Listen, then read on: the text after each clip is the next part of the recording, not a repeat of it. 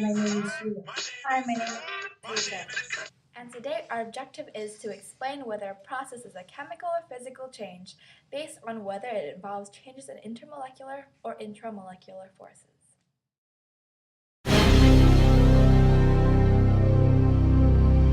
What are intermolecular forces? Intermolecular forces are forces between particles in a substance. They allow solids to melt into liquids and liquids to evaporate into gas. They also allow for physical change. What are intramolecular forces? Intramolecular forces are forces or bonds that hold together the atom that make up a molecule. It allows different substances to create a new substance, and this allows for chemical change.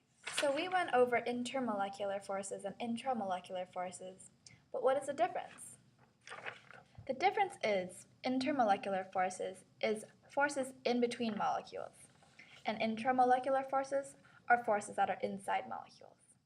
An example of physical change is ice melting into water and water going into the gas stage.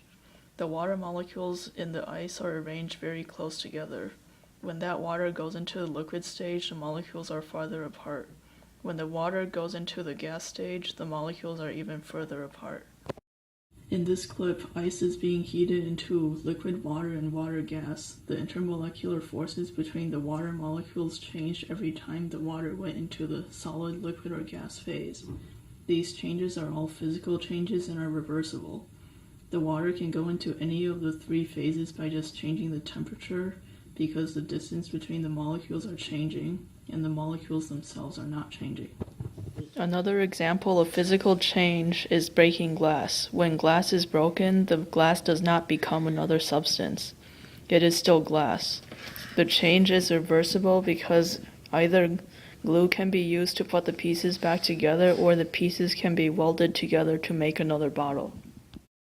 Intramolecular forces are forces or bonds that hold together the atoms that make up a molecule. Intermolecular forces are what allow different substances to create a new substance. Chemical change is a change in the atomic composition of a substance to produce a new material with new properties.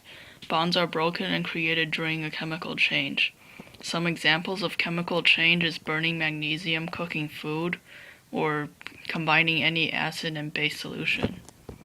Magnesium burning is also a chemical change because magnesium and oxygen bonded together to form magnesium oxide.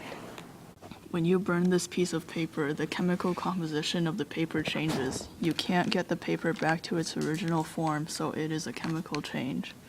As the flame devours the paper, carbon dioxide and ash, among other substances, are produced. You can't use the ash to remake the paper very easily.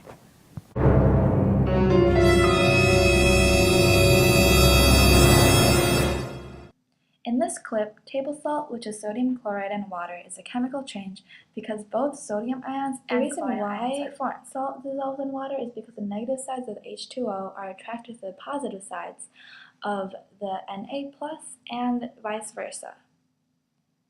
This allows them to create hydration shells, which means they can't interact with each other.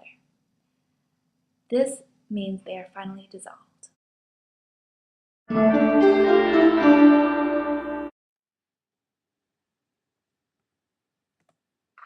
Intermolecular forces are forces that hold the molecules of a substance together.